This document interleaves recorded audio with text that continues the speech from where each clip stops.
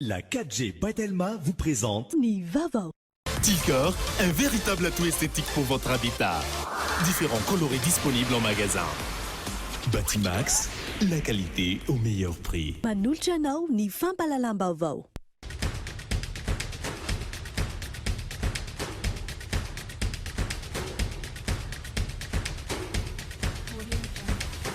Manulchanao ni fampalalam-baovao.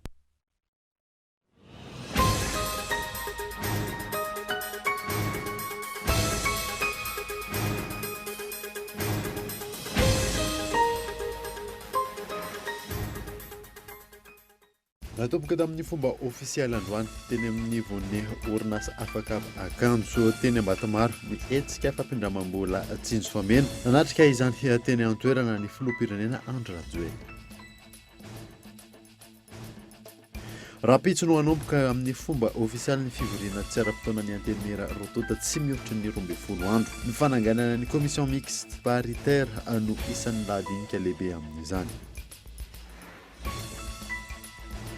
Manoloana ireo fanehoan-kevitra isan-karazany taoriana ny tranga tao faravangana farany teo. Tsy tokony hitsikera be fatany ny fomba fiasan'ny mpitandro ny filaminana indrindra ireo mpiaro ny zon'olombelona, hoy ny sekretera-panjakana miadidina ny zandarimeriam-pirenena.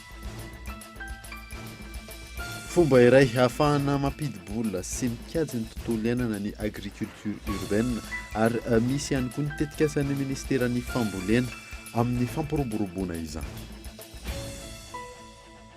Eo amin'ny maresaka iraisam-pirenena nakantoavin'ny agence américaine du médicament ny fampiasana ny plasma sanguin fian'ny olona efa voan'ny Covid-19 fa sitrana entina hanasitrana ireo marariny izany amin'izao fotoana izao.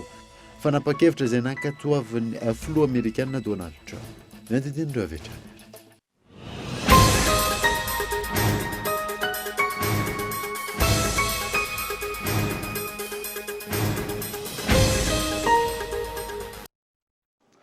Salantra tompoko lasy tompoko vahafotoana vaovao eto amin'ny Kultivika manasana ary naraka izany hatramin'ny farany elana tsiny tamin'ny fahatarana fa no hanomboantsika ny vaovao amin'ity alina ity tena tomboka tamin'ny fomba ofisialy androany teny amin'ny orinasa afaka akanjo teny Ambatomaro ny etsika fampindramam-bola tsinjo fameno ho fitsinjovana ny mpiasa tsy miankina nanatrika izany teny an-toerana ny filoham-pirenena Andry Rajoelina Henri Folora. Teny anivon'ny orinasa afaka akanjo teny Ambatomaro, orinasa izay mpamokatra akanjo sy kojakoja amin'ny tontolon'ny lamaody, mitondra ireo marika malaza tsy lafo vidy maneran-tany, no isantarana tamin'ny fomba ofisialy ny etsika fampindramam-bola tsinjo fameno tamin'ity androany ity. Nanotona izany teny an-toerana ny filohan'ny Repoblikan'i Madagasikara Rajoelina Andry. Mpiasa misa 500 teo anivon'ity orinasa ity no nisitraka ny fampindramam-bola. Anisany voadona mafy tamin'ny vokatry ny fisian'ny aretina Covid-19 ny setry ny asa tanana izay miankina betsaka amin'ny fizahan-tany. Paikady napetraka ny fitondram-panjakana iarahana amin'ny tahirim-bola nasionaly ho an'ny fiahiana ara-tsosialy na ny KNAPS sy ny banky ny etsika tsinjo fameno, hanampiana ireo mpampiasa sahirana amin'ny fandaovana ny karaman'ny mpiasa ao aminy sy ireo mpiasa tahindrana vola amin'ny banky hiatrehana ny vokatry ny aretina Covid-19 saingy tsy manana atao antoka ny tsinjo fameno. Maro ireo mpiasa eo anivon'ny orinasa afakaba maro de maro manerana ny nosy izay mba ahafana miatrika an'izany crise ny coronavirus zany dia mba naniry nanam-pikasana ny hoe mba mila tosika, mila fanapiny, mila mba afana mba mameno ny banga ao an-trano nefa ny tsy afaka mindram-bola amin'ireny banky ireny no ny antony tsy ampy ny antoka dia natonga na eto androany dia mba hitsinjovana anareo mba ahafahantsika indrindrindrindra zany ao anatin'izay fitsinjovana izay dia nisy ny tetikasa nataon'ny fitondram-panjakana mba ahafahan'ny mpiasa rehetra indrindra zay tratran'izany fiatraikan'izany crise zany mba mindram-bola amin'ny banky. Rehefa midrana amin'ny bola amin'ny banky nefa dia tsisy ny antoka dia ny fitondram-panjakana zany nanao hoe andaontsika hijery fomba miaraka amin'ny KNAPS mba ampindramam-bola an'ireo olona zay mila te hindrana an'izany vola zany. Vola moa dia inona dia hoe eo amin'ny vola mitetina ny karama ray volana ny ampindramy mampiasa zay tratran'izay fahasarana an'izay dia tsy soloana eo ny eo koa fa manomboka amin'ny volana janoary no averiny zany vola zany ary mandritra ny herintaona zany hoe 10 isan-jato le vola indramina zany no soloana mandritra an'izay herintaona manomboka amin'ny volana janoary zay. Ankoatra ireo mpiasa miisa 12 mpiasan'ny orinasa mpanao asa tanana Lizy Argarelia Antanimora ihany koa no nisitraka ny fampindramam-bola tamin'ity androany ity. Miisa 374,4 alina ireo taratasy fangatahana efa nekena isitraka ny tsinjo fameno hatramin'izao. Sehatra asa maro no manao ny fangatahana, isan'izany ny mpampianatra amin'ny sehatra tsy miankina, ny sekolim-pinoana, ny fizantany, ny kompania pitaterana anabakabaka ary ny orinasa afakaba maro samihafa. Rapitso no anomboka amin'ny fomba ofisialy ny fivoriana tsy ara-potoana ny antenimera rotonta tsy mihoatra ny 12 andro. Ny fananganana ny commission mixte paritaire no isan'ny ladinika lehibe amin'ny zany Henri Florio.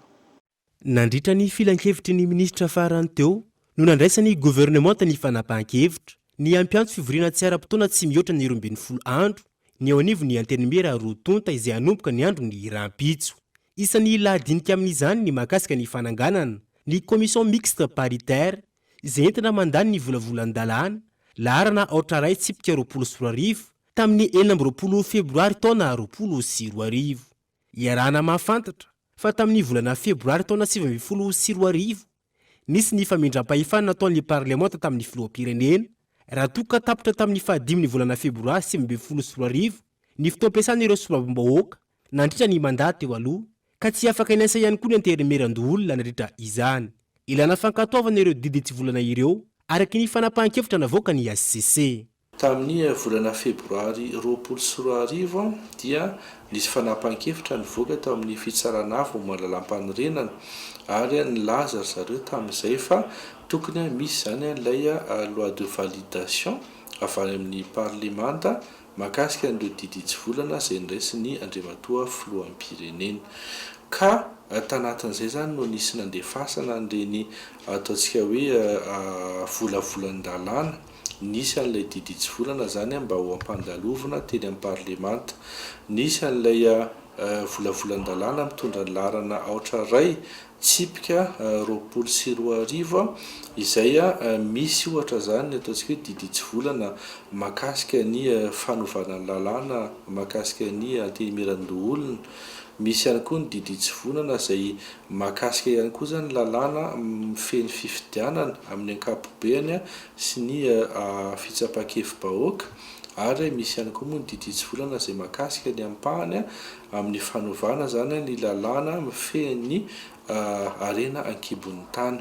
Zava-dehibe ny fananganana ity komisiona ity raha ny fanazavana trany mba hampandany sy hitady ny marimaritra iraisana mahakasika ity volavolan-dalàna 8 tsipika 2020 ity. Ka ny andiny fahenina amin'ny 9 vola amin'ny lalam-panorenana moa zany no milaza fa raha ohatra ka efa nivezivezy teo amin'ireo antenimera rotonta zany ny volavolan-dalàna ka tsy nahitana n'ilay marimaritra iraisana dia afaka manangana ilay hoe commission mixte paritaire zany ny premier ministre lehibe ny gouvernemanta. Io commission mixte paritaire io moa zany dia ikambana ny olona avy ao amin'ny antenimiram-pirenena sy ny olona avy ao amin'ny antenimiran-doolona. Ny asany zany dia hitady ny soratra mitovy zany hoe ny marimaritra iraisana amin'ilay volavolan-dalàna amin'ny antenimera rotonta mba ahafahana miditra zany amin'ny famoahana lalàna anankiray mitovy. Raha sanatria kosa ka tena tsy hita izay marimaritra iraisana izay amin'ilay soratra ekeny rehetra, ilay soratra mitovy dia ny lalam-panorenana amin'io andiny fahenina amin'ny 9 ihany no milaza fa ny antenimiram-pirenena zany no mandany farany an'ilay volavolan-dalàna zany. Raha ampitso araka izany no anomboka ny fivoriana tsy ara-potoana ny antenimera rotonta ity. Raha ny fantatra eny amin'ny CCI vato no natanteran'ireo solombavam-bahoaka ny fivoriana izy ireo mba hampanajany ny fepetra ara-pahasalamana raha toka etsy Anosikely kosa no anatanteraka ny azy ny ao anivony antenimera andoolona. manoloana an'ireo fanehoan-kevitra isan-karazany taorian'ny tranga tany farafangana farany teo tsy tokony tsikera be fahatany ny fomba fiasan'ny mpitandro ny filaminana indrindra ireo mpiarony zon'olombelona hoy ny sekretera mpanjakana miadidiny zandarmerie pirenena Gaëtan Andretsilavo. Mbola mitoy ny fanadihadiana momba ilay tranga nahafatesan'olona maro tao farafangana.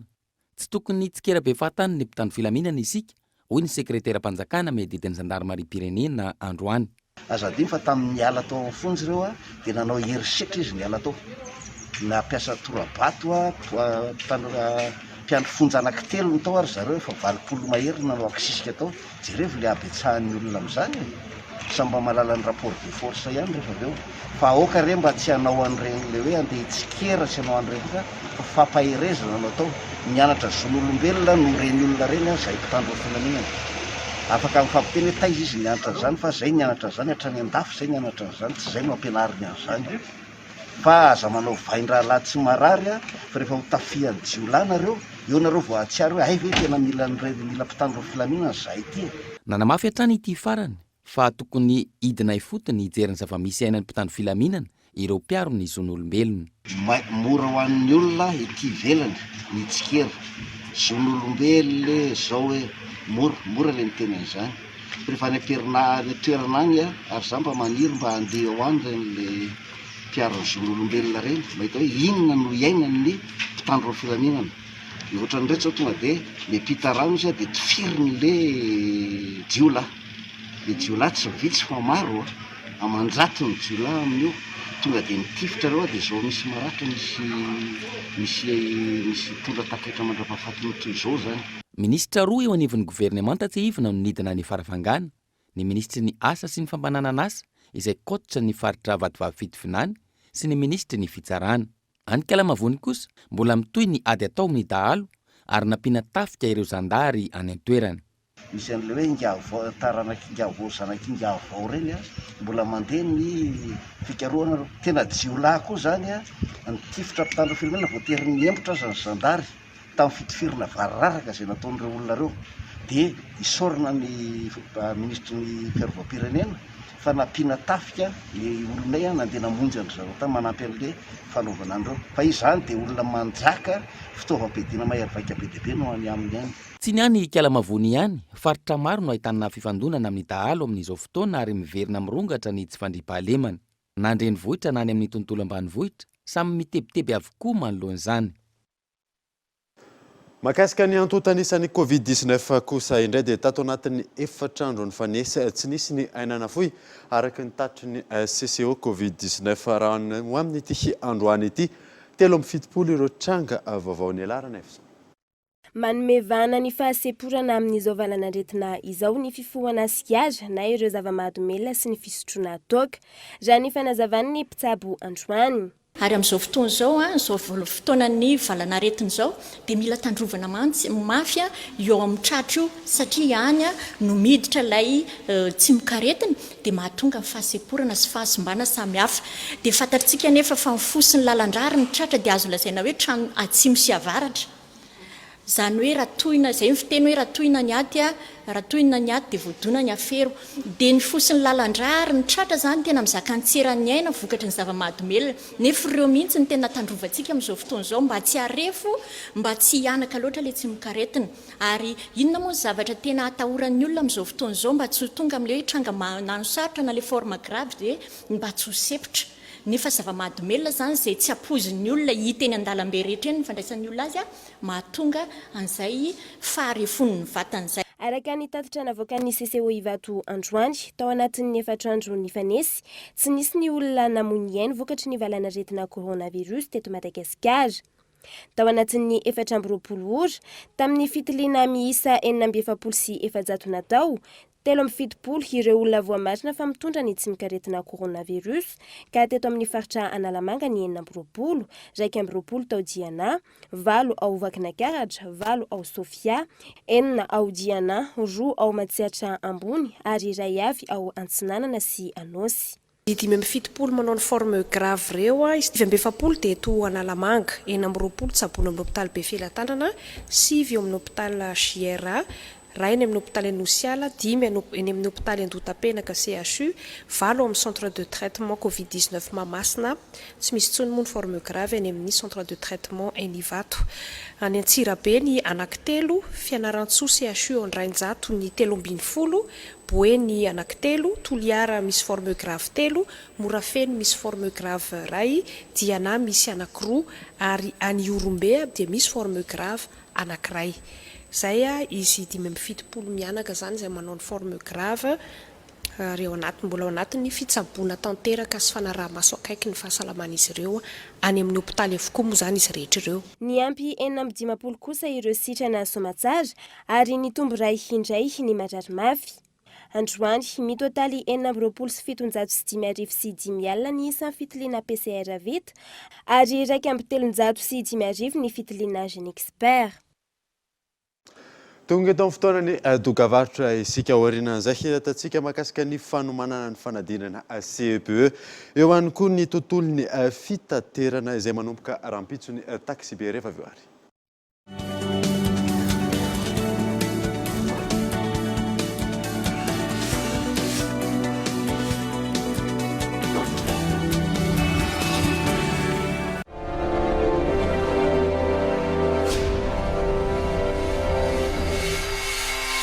Vos travaux à risque.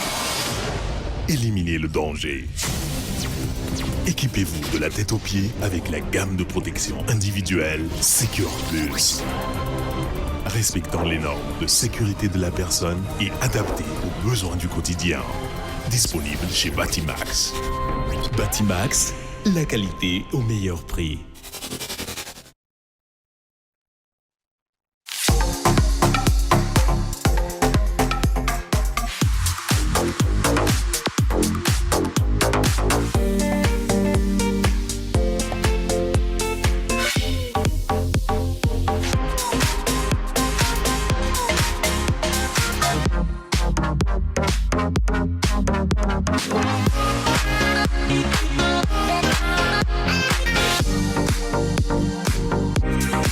We love chocolate.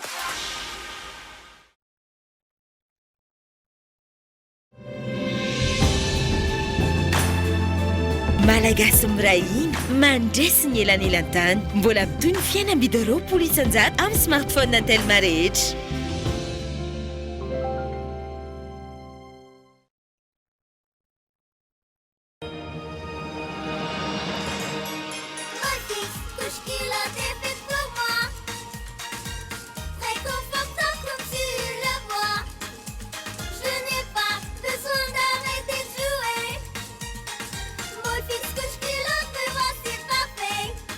Une invention de Molfix juste pour votre bébé. Les couches culottes Molfix sont dotées de la technologie d'élasticité pour s'adapter au corps de votre enfant. Les nouvelles couches culottes Molfix, une invention des bébés pour les bébés.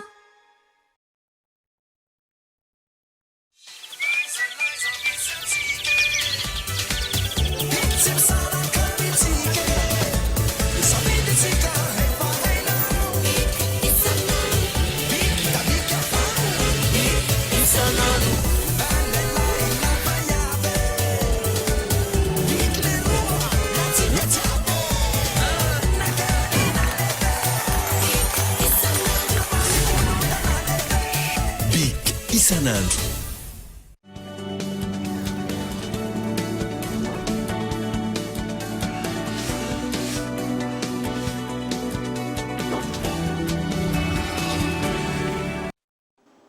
Verina eto amin'ny fampahalalam-baovao isika. Manomboka amin'ny taona ho avy vao afaka hirosa amin'ny relance économique i Madagasikara araka ny fanehoan-kevitry ny pahy toe-karena. Natsipiriza izay eto miantarandrianay. 520 isanjato ny erikarena faobena ny PIB eto Madagasikara avy amin'ny sehatra tsy anatin'ny ara-dalàna na ny secteur informel. Nandritra ny fihiboana tombanana manodidina ny 100 tapitrisa dolary isam-bolana ny vola tokony niditra ka tsy niditra tamin'ny alalan'ny secteur informel izay. Na efa miala amin'ny fihiboana azy isika, mila fotoana ny firosoana amin'ny fanarenana ny toe-karena raha ny fanazavana. Dia amin'ny herintaona zany ny tena hoe mety ho jerevana ny relance na fijery koa satria ny fotoana ty presque efa sarotsara satria na ohatra raha hoe misy ny déconfinement total dia mbola ela koa zany anao vao tena afaka mamerina amilona zany le nihity teo sy ny tariny teo satria zao misy sehatra anankitelo zany tena mampidi-bola vahiny ohatra Ambatovy voalohany 35% recette de devise zany tena ny tourisme mampiditra eo amin'ny 700 millions zany de dollars eo par an toatr'izay koa zany zone France zany koa raha zay koa vola pidirina nefa zany Ambatotry zany zao ohatra mikatona satria zany tsy afaka manao inona intsony satria ny zavatra zay asokatra zany zao dia mety mbola mety tena hoe mafita zany mivokatra ataona tourisme zany nefa côte-ny hoe tsisy satria juste zany sisa hoe le farany zany sisa dia ohatr'izay koa zone France miankina amin'ny commande koa zany le izy le commande taloha efa rava izy zany dia commande avandray ohatra famerina izy amilona zany mila fotoana dia nasa zany taneniko teo hoe miankina zany asika amin'le source atsika ezaka agribusiness zany dia ezaka tourisme zany any zany no tena tokony hoe ifantohana zany bebe kokoa partia regny zany nahafahana namorona asa bebe koa zany regny voalohany dia regny koa nefa zany ahafahana mamokatra bebe koa sady zaingana dia ohatra koa zany resaka hoe zany hoe resaka textile manoloana izay namafisy ny paitoekarena hatrany fa ilaina ny fijerena ny sehatra tsy miankina tsy misehatra tsy miankina ihany aleny mamokatra ny arena fa tsy fanjakana mihitsy fanjakana tsy mamokatra arena zany manjavana fanjakana manao foto-javitra asa fanjakana manohana fa mpamokatra arena zany dia sehatra tsy miankina ihany zany anontaniana zany hoe aiza le fijery koa azy aloha zany tokony misy zany aloha zany dialogue direct entre ny secteur privé zany sy ny fanjakana satria ny secteur privé ny tena mahafantatra bebe koa ny zavatra iainana zao zany zavatra zay za zany mirecommande fanjakana hoe tokony misy zany dialogue any hoe resaka zany secteur privé sy fanjakana satria mantsy sao de mantsy zany le plan Marshall na plan zao io mety tsy fanaraka koa ry zavatra io tena hoe ilain'ny secteur sehatra zany zavatra dia fa izy ohatra zany manao zany plan zany na projet tsy mifanaraka zany na hoe tsy mamaly ny filan'le sehatra tsy miankina dia lasa échec zany le izy tsy mahomby dikan'izay tsy ahivina ny tatry ny banque fibe Madagasikara ny volana melasa teo ho an'ny 3 volana voalohan'ny taona 2024 ny batelo amin'ny 7.5 ny IAE na ny indicateur synthétique des activités des entreprises raha toka 400 toy izany tamin'ny 3 volana fahaefatry ny taona 2024 ireo orinasa madinika sy salatsalany no tena niara-ny fienany famokarana sy fienany asa tao io tontolon'ny toekarena izay hatrany dia isaky niteraka fa tiantoka ara-toekarena eto Madagasikara ny famaroany ireo mpandra raha tsy manara-dalàna ho ny filoha-lefitry ny anteny miram-pirenena Antananarivo mihiba avokoa ny toekarena amina firenena maro maherana izao tolo izao vokatry ny fisian'ny valanaretina coronavirus manamafy izay fahavoazana ara-toekarena izay ny famaroany ny mpandra anatin'ny sehatra tsy manara-dalàna sy tsy manara-drafitra hoy ny filoha-lefitry ny anteny miram-pirenena eto Antananarivo androany be dia be ny sehatra izay tsy manara-dalàna eto amintsika ary hitatsika ny vokany amin'izao fotoana izao satria ireo tao anatin'ny sehatra informel no miantsoantso fanampiana amin'izao fotoana izao io indrindra no anisany miteraka fahasahiranana ho an'ny fitondrana amin'izao fotoana izao eto zany dia manao antsoavo hoe ilaina ny fidirantsika ao amin'ny sehatra manara-dalàna manomboka izao satria mbola tsy ho fantatra mihitsy zay zavatra mety hitranga na amin'ny taona manaraka na ataontsika hoe ao anatin'ny fotoam-pahavaratra zay ho tiavintsika tsy ho ela amin'izao fotoana ny ameana ara-pahasalamana izao no tokony isariany ireo sehatra tsy ara-dalàna hiditra eo amin'ny ara-dalàna tafiditra anatin'izany ireo mpandraraha madinika toy ny mpivarotra amoron-dalana hatramin'ireo orinasa lehibe raha ny faneo-keviny hatrany ny fanatanterahana izany izay anampy amin'ny fanarenana ara-toekarena aorian'ny valanaretina fa ihany koa ampitombo ny vola miditra amin'ny kitapom-bolam-panjakana aoriana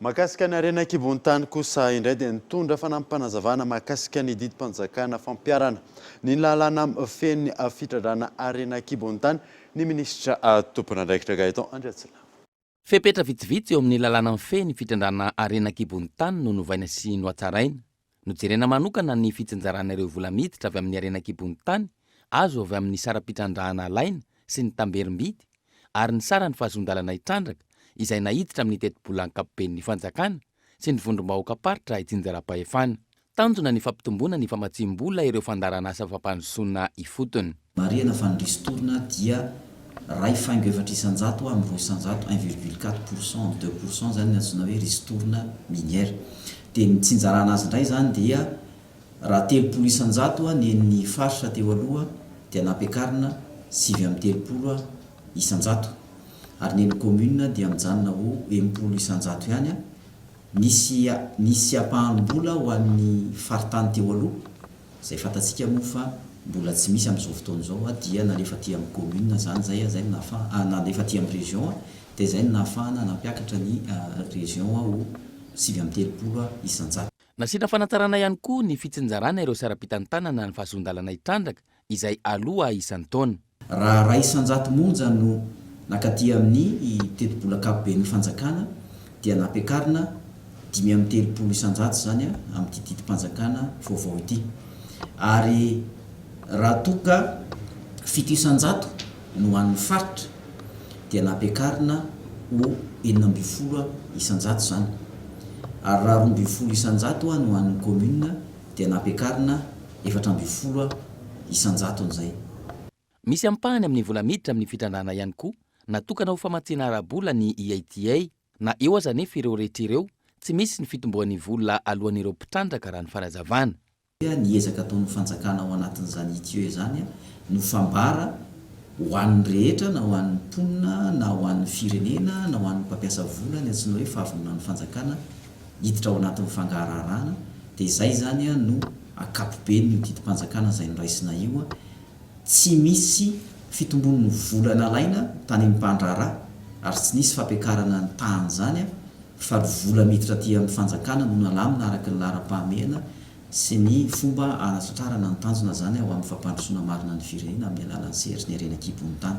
Fampandrosoana ifotony sy ahazoana vola bebe kokoa amin'ny fitrandrahana ireo harena-kibon'ny tany no tanjony. Tontolo ny fambolena kosa indray dia fomba iray ahafahana mampidi-bola sy mikajy ny tontolo iainana ny agriculture urbaine ary misy ny tetikasan'ny ministeran'ny fambolena amin'ny fampiroboroboana izany hiona saina.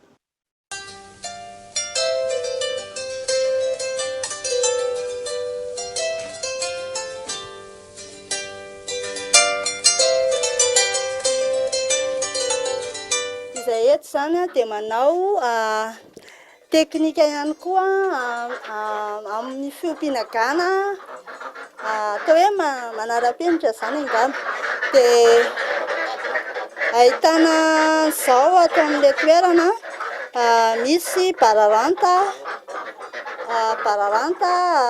hipetrahany dia misy an'ity kanalina ity koa isotroany rano dia izy io zany toa dia mitohy amin'ny fambolena andrenivohitra rehefa avy eo satria ny rano avy eto amin'ity zezika avy amin'ny gana eto rano avy eto no mivoaka misy regara makany anatin'ilay fambolena andrenivohitra dia manarak'izay ihany koa misy ihany koa zany ny bitro fa amin'ilay bitro sy ny gana sy ny longbrix compost dia tsy mividy intsony amin'ny zezika.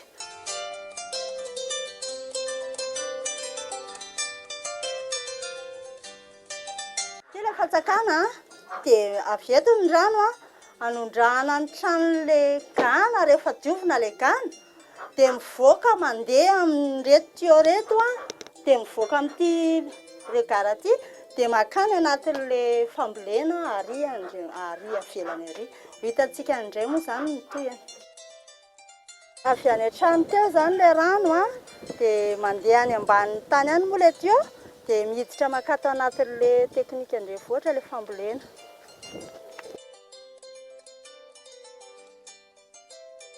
Ahitana zavatra maromaro ato orty zany ny anaran'ity eto akaiky ety zao dia salady, kafe, laisoa, papay, voatabia, sakay, ananambo, epinara, solila. Eny ambolo villa ihany koa zany za ato ambadika aty ho an'ilay bitro. Arak'ilay fahitantsika teo moa dia tena tombontsoa be dia be no azo amin'izy ity satria toerana kely nefa ahafahana mamboly, ahafahana manao sakafo, miainga aty Antananarivo renivohitra ilay fifehezana ny fahadiovana. Raha samy mamboly daholo isika rehetra ato Antananarivo renivohitra amin'izao fanaovanay manomboka eto Anosy izay volan'izao culture urbaine zao dia mino izay efa voafeny fako ny fidiram-bola azo tombontsoa isika satria raha tokony hindeha hividy hanana manana hanana azo antoka isika afaka volena amin'ny gony ao an-tokantranontsika. dia sady fahafinaretana koa izy ity satria rehefa reraka miasa iny tsika avy aty Antananarivo renivohitra dia mikarakara an'ilay fambolena eo atokotany. Ao anatin'izay zany ahafahantsika mifantana ny fako koa izy ity amin'ny alalan'ny fangalana ohatra zao oditrovy, hoditra karaoty sy ny sisa izay afaka ahodina atao compost dia afaka ampiasaintsika daholo.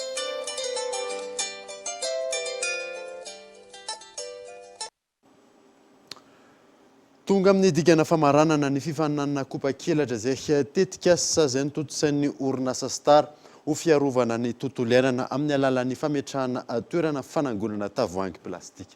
Michel Aranarjo. Ny taona 2024 no teraka ny kopa-kelatra tetika asa natokany Star sy ireo mpiara-miombina antoka aminy ho fiarovana ny tontolo iainana amin'ny alalan'ny fametrahana toeram-panangonana tavoahangy plastika. Tonga amin'ny dingana famaranana moa zany ny fifaninanana tetika asa izay nikarakarain'ny kopa-kelatra ka hosafidiana amin'ny alalan'ny réaction amin'ny page Facebook ny kopa-kelatra izay tetikasa ahazo an'ilay famatsim-bolana 20 millions d'ariary atolotry ny kopa-kelatra. Reo tetikasa anakiroa moa zany dia araka ny hitantsika dia mbola tanora dia tanora dia ny tanjonay moa zany dia ny aprisika anazy mba hanatanteraka ny projet any. Ankehitriny tonga amin'ny dingana famaranana ny fifaninanana tetikasa roa manodina ny fako plastika ho fanaka sy ho crédit cara no voasafidy ny be sy ny maro tao anatin'ny tetikasa 750, ny tetikasa Andao Compagnie sy ny tetikasa crédit cara. Ny mampiavaka ny tetikasa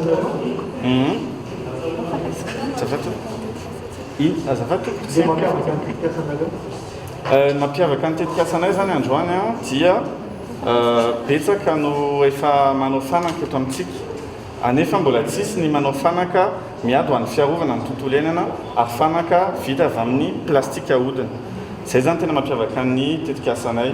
Izay koa dia te hanjifa ny vita malagasy ary ampiseho fa aty Madagasikara tsika efa afaka miroso amin'ny resaka développement durable. Ny tanjonay amin'ilay zany dia mba hametraka ny anjara-birikinay ho an'ny tontolo iainana sy ho an'ny fanatsarana ny fiarahamonina satria efa hitanareo amin'izao fa tena hoe maloto be ny tontolo iainana hoe eto Antananarivo fotsiny rehefa fahavaratra atsika dia dibo-drano tanteraka vokatry ny tavoahangy plastika izay manentsina ny lalan-drano rehetrarehetra hitantsika ny Besarety eny ohatr'izany.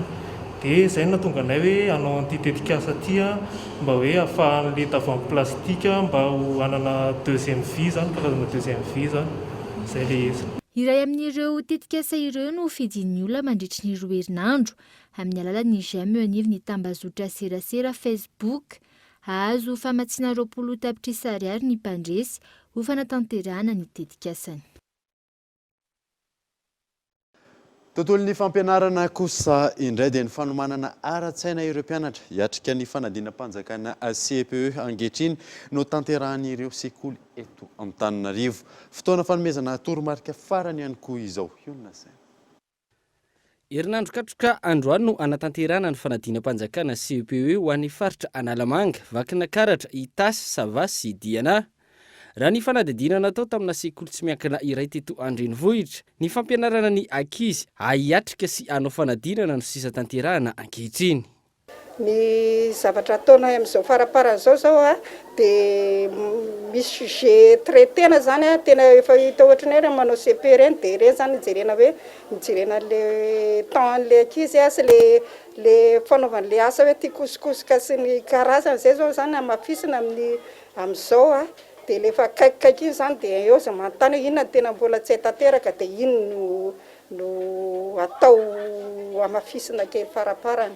Fanomanana ara-tsaina ny ankizy dia mila ny ray aman-dreny zany no tena hoe ilaina mifanampy amin'ilay mpampianatra satria tsy vitan'ilay mpampianatra rery ilay fanomanana ara-tsaina ny ankizy.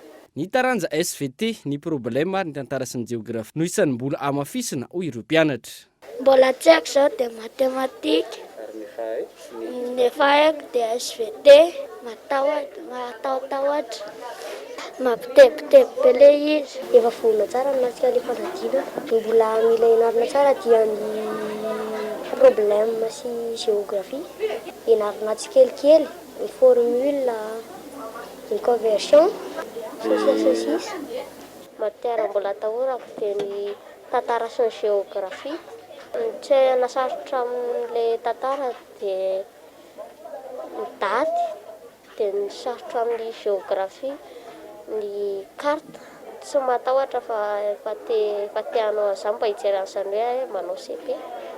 Misy ny fifanarahana atao amin'ireo ray aman-dreny izay tsy mbola nahefa ny saram-pianarana ary hitolorana azy ireo ny convocation hoy ny taletsekoly iray mba tsy ampitebiteby ny mpianatra. Ny écolage efa ela be zay ve efa niaritra izay dia zana zany mifandray tsara amin'ny ray aman-dreny manome zanany mitraika efa rehetra fa izao ny tsy misy fa misy zay fa manantena fa vao efa ny ray aman-dreny daholo ny écolage ny mpianatra araky ny fifanarahana atao fa ny angavianay amin'ny ray aman-dreny dia hanomana ny sain'le ankizy tsy ataotahotra ny ohatran'izany fa ampindreo ray aman-dreny ireo. Tsy fotoana tokony hiaretan-tory amerenandesona intsony izao ho an'ireo mpianatra ho hiatrany ny fanazavana fa fotoana anamafisana ireo izay efa hay sy ifehezana ireo toromarika nomen'ny mpampianatra. Tontolo ny fampianarana izay hatrany dia nanamafy ny fahavononany hiara-iasa amin'ny fanjakana indrindra ny ministeran'ny fanabeazam-pirenena amin'ny fananteterana ny fanadinana mpanjakana CPE ny syndicat sy ny mpisehatra ny fampianarana isa tokony eto Madagasikara. Fanampanazavana.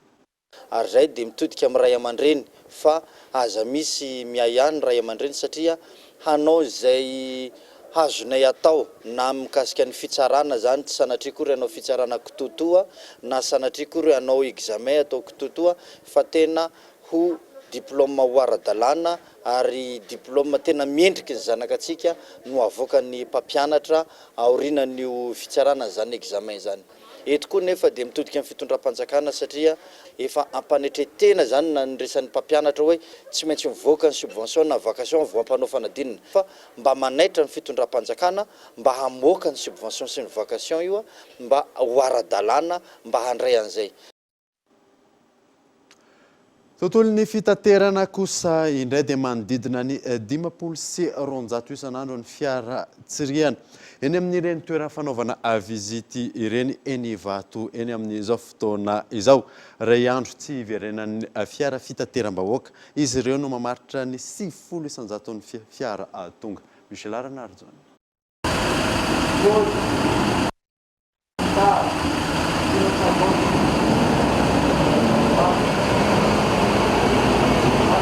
Ray andro mialohan'ny fiverenan'ny fiara fitateram-bahoaka mameno ireo toeram-pitsirana fiara izy ireny.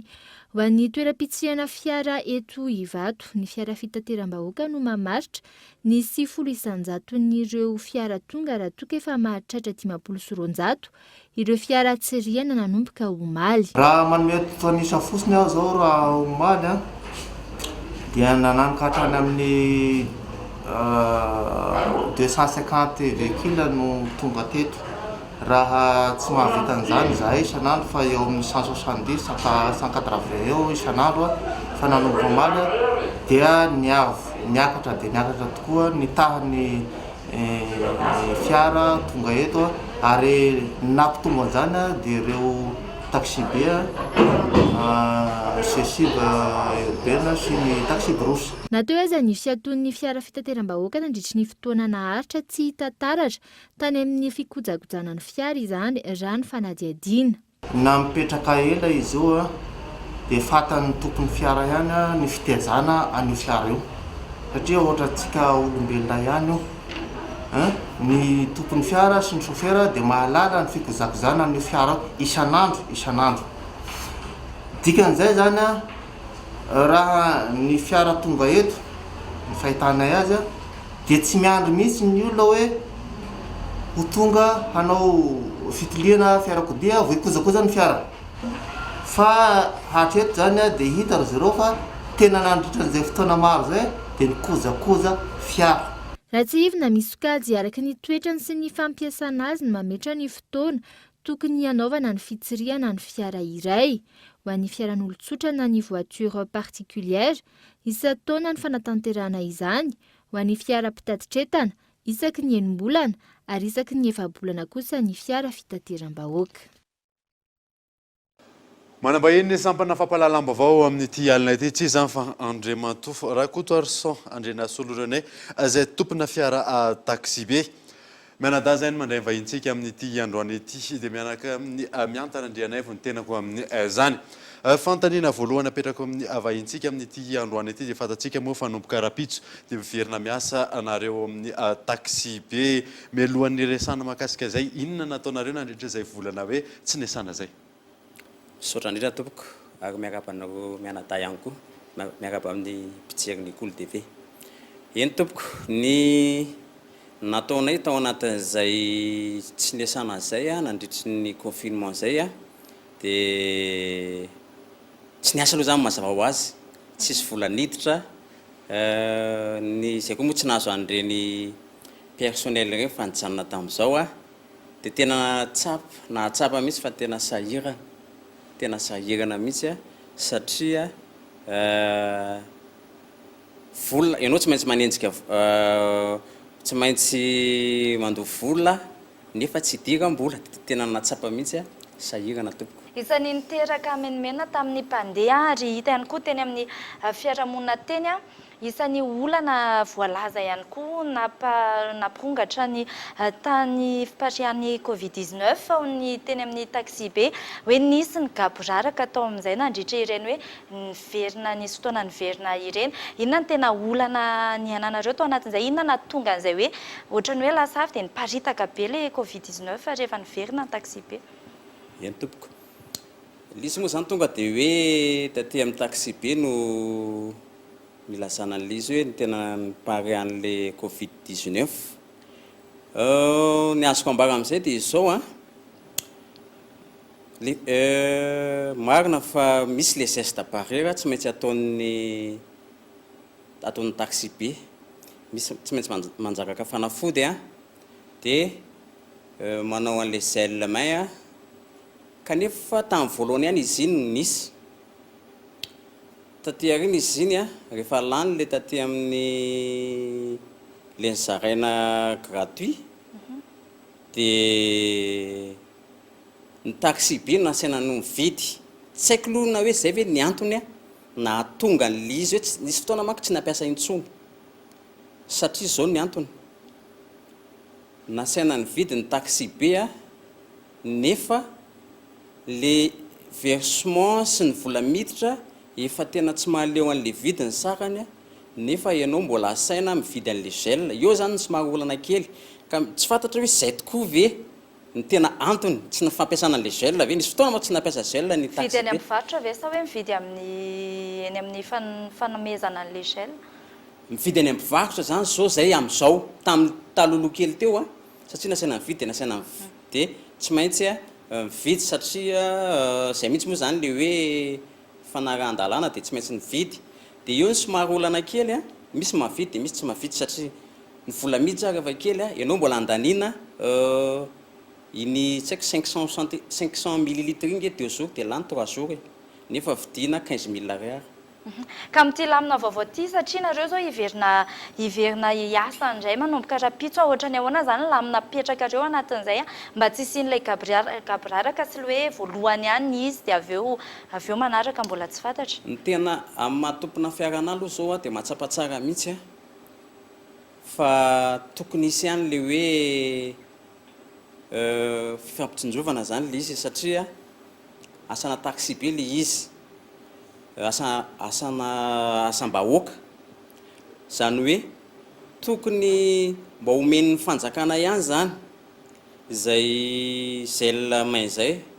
Eo koa moa zany le fandaminana vaovao amin'ity misy an'le viseur tsy maintsy manao an'ireny reny zao mbola fitaovana zavatra ray mbola hiala amin'ny tompona fiara dia zay zany mba angatahana sy hoe mba asiana fiara-miasa amin'ny fanjakana zareo efa niteny hoe izy zay gel zay marina ve ny zava-misy misy koa nefa mifeo milaza hoe mbola vidiana 10,000 ihany le izy ohatra ny ahoana marina ny famatrina zay hoe zaraina aloha zay aloha hatreto mbola tsy nahazo nefa kapitsy hiasa nareo zao mizotra inona io sy zao sotra D Ivato Horizon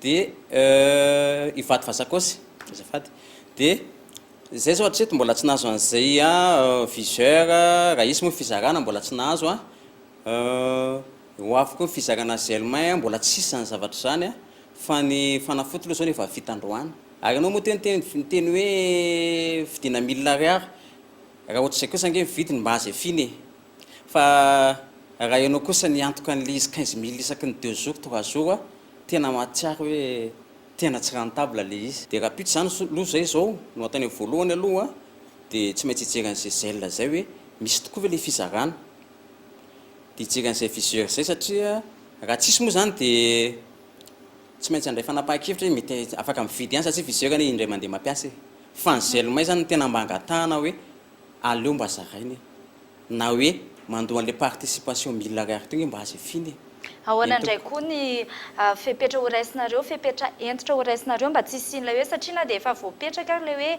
tsy afaka manao strapotin intsony aloha atao anatin'izao hoe fahamiana ara-pahasalamana izao mba hisorohana an'izay fipatrihan'ny covid-19 izay raha ny zava-nisy teo aloha tamin'ireny fiverenana ny asa ireny nisy ihany ireo taxi be tsy nanara-dalàna an'izay zany hoe tamin'ny voalohany izy nanaja an'izay fa nisy fotoana rehefa tsy voara-maso dia tsy katry ihany hoe indraindray misy mampiasa an'ilay strapotin ohatra ny cache-bouche ny receveur ohatra izay hita rehefa nisy mifanadihadiana mikasika an'izay indraindray ety amin'ny soka ohatra ny ahoana ny fepetra entitra horaisinareo mba hisorohana an'izay mazava aloha ny fanazavan'ny filoham-pirenena hoe tsy maintsy sasiana zay tsy manara-dalàna ny amin'ny tompona fiarana aloha dia mametraka mihitsy aloha tsy ananakolana amina sazy dia za zao tompona fiara dia tsy maintsy mampanao formation indray mandeha aloha ho an'ny chauffeur sy ny receveur ohatra zao tsy mahazo miditra anaty taxi be raha tsy manao cache-bouche le strapotin raha ohatra ka hoe tena zay tokoa zany no tsy maintsy apetraka hoe tsy asiana strapotin dia afaka jaina afaka mifanaraka tsara zay sy ny chauffeur sy ny receveur ny amin'izay satria ny vato dia efa zatra an'izay strapotin zay aloha dia somary misy olana kely izy io amina fidiram-bola amitaran'ny tompona fiara sy ny chauffeur sy ny receveur fa rehefa zay lamy mapetraka afaka jaina tsara le izy to ny sorohana an'ilay fisisiana koa satria indraindray indrindra ny amin'ny lalana Ivato iny indraindray misy foana ilay fisisiana kely rehefa arivariviny na reny heure de pointe reny ahoana ny lamina petraka mba tsy isian'izay reny aloha zany dia tsy tena miankina be dia be amin'ny tompona fiara aloha zany fa tena izy zany mila laminasa mihitsy miainga avy any amin'ny coopérative ngamany dia any amin'ny ministère hoe ahoana fa maninona no misy aksisika be ka apetraka amina lehibe zany fa zay dia manaiky tsara mihitsy amin'ny fandaminana hoe tokony zao no atao zao no tokony atao mba hialana amin'ilay fisisihana fa zaranay mihitsy ara hoe tsy misy mihitsy ny fisisihana ankasitrahanao nitondrareo fanazavana mahakasika an'ireo hoe lamina sy ny zavatra ho ataonareo amin'ny manomboka miasa manomboka rampitso amin'ivony taxi be zay saotra indrindra tompoko dia mankasitraka anareo mianadahy ny invité saotra indrindra tompoko mahakasika ny taxi be izay hatrany no anoizatsika ny vaovao dia vonina amin'ny fiverenana amin'ny asany manomboka rampitso ireo taxi be eto andrenivohitra manoloana ny valinaretina coronavirus fepetra maro no napetraka ny teo anivon'ny CUA Abraham Randriamanana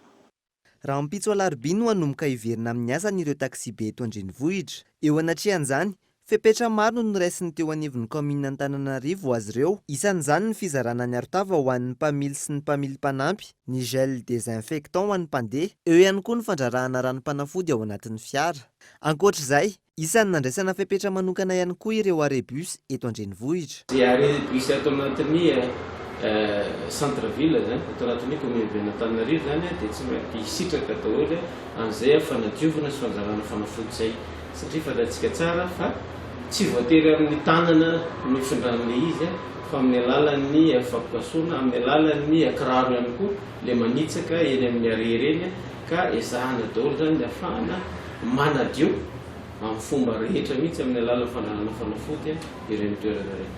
Nandrainy andraiky ny mikasika izany fepetra izany ihany koa ireo zotra urbaine sy suburbaine raha ny fanazavana. Zany hoe na ny urbaine zany na ny suburbaine zany dia nandray andraikitra ihany koa dia nanampy zany hoe vonona zareo ampiasa gant daholo koa ny receveur sy ny chauffeur akoatrany hoe manao visière dia manao kasibosy fa ampiasa gant daholo zany zareo ary efa miomana amin'izay le fiverenany rapitso oentitra zany tena oentitra ny coopérative tsirairay amin'ny alalan'ireo union ireo amin'izay fanaraha-maso zay satria tsy azo ekena tsony zany fanaovana tsirambina an'ity ady atao amin'ny covid-19 ty.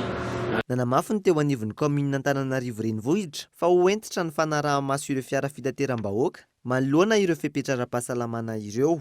Arak'izany, isy avy hatrany ny sazy ho an'ireo fiara tsy manara-dalàna. Vaovao any amin'ny faritra kosa indray dia mozana mahery ny 7 noho ny gazana noho ny tsy fanarahana ny fenitra izay takina. Io no vokatry ny fidinana tampoka izay nataony teo anivon'ny sampan-draharaha miadidin'ny indostria any Tomasina Fanadina. Isan-taona tokony mandalo fizahana any amin'ny sampan-draharaha manamarina ny fitaovam-pandanjana avokoa ireo fitaovana na mari-pandrefesana ampiasain'ny mpivarotra tsirairay ary omeny ny sampan-draharaha miadidin'ny indostria sy ny varotra ary ny asa tanana vignette mba ho fanamarinana ny fanarahan-dalàna. Nandritra ny fidinana ifotony teny amin'ny tsenany Ankiriry tany Tomasina izay nataony sampan-draharaha miadidin'ny indostria sy ny varotra ary ny asa tanana taorian'ny fiatoana volana maromaro noho ny fisian'ny valinaretina coronavirus. Fitaovam-pananjana mahery ny 7 noho ny gazana vokatry ny tsy fanarahan-dalàna. Natao confiscation io misy dikany satria tsy conforme zany tsy fagnaraka amin'ilay lalagna misy zany ny balance jiaby izay hita na ny fitaovam-pandanjana mboan'ny poids izy nataontsika consignation. Aoriana an'ity fagnanaovana ny saisian'ny fitaovam-pandanjana be dia be reto magnatona zareo any amin'ny bureau ny métrologie légale tonga agny zany zareo efa misy réparateur agréé miasa ito tapitanana ny Tomasina ito. Zay anomalie hita amin'ny reto tsy metsy verifiagna aloka izy dia atao ny fagnamboarana zay mbola azo amboarana. Azonareo zay tonga dia atao saisie izy koa fa tsy azo fagnamboarana tsony le balance dia tsy metsy miditra amin'izay. Zay zany fa misy redevance tsy maintsy alohan'jareo par rapport amin'io vérification atao alohan'jareo ary amin'ny trésor zany. Zay zany ny opération ataony. Fiara-miasa eo amin'ny ivon'ny commune ambonivohitry Tomasina no nanatanterahana ity hetsika ity tamin'ny alalan'ny italian'ny tsena ka nafahana nanao ny fitsirihana. Ito ny hetsika mba hampanarahan-dalàna ireo mpivarotra raha ny fanazavana hatrany. Maresaka iraisam-pirenena kosa indray dia nankatoavin'ny agence américaine du médicament ny fampiasana ny plasma sanguin ny olona efa voan'ny covid-19 fa efa sitrana entina hanasitranana ireo ho mararina izany amin'ny zao fotoana izao.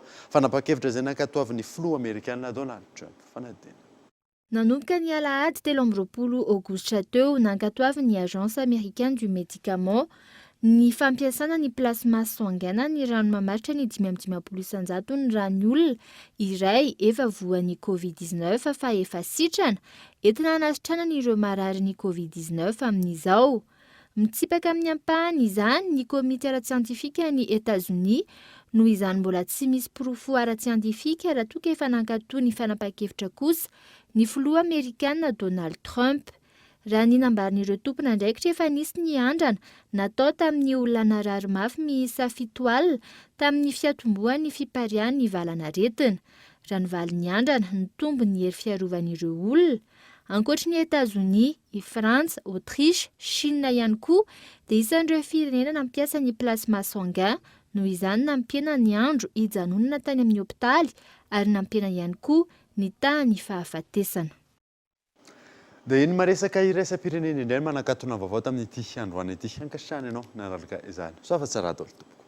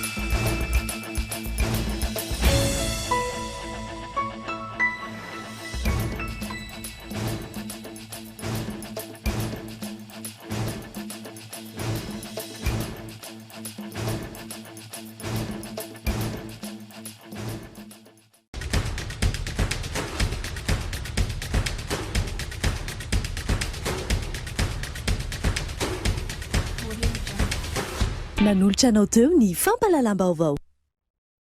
Ticor, un véritable atout esthétique pour votre habitat. Différents coloris disponibles en magasin. Batimax, la qualité au meilleur prix. nanolotra anao teo ny fampalalam-baovao. La 4G by Telma vous a présenté ny vaovao.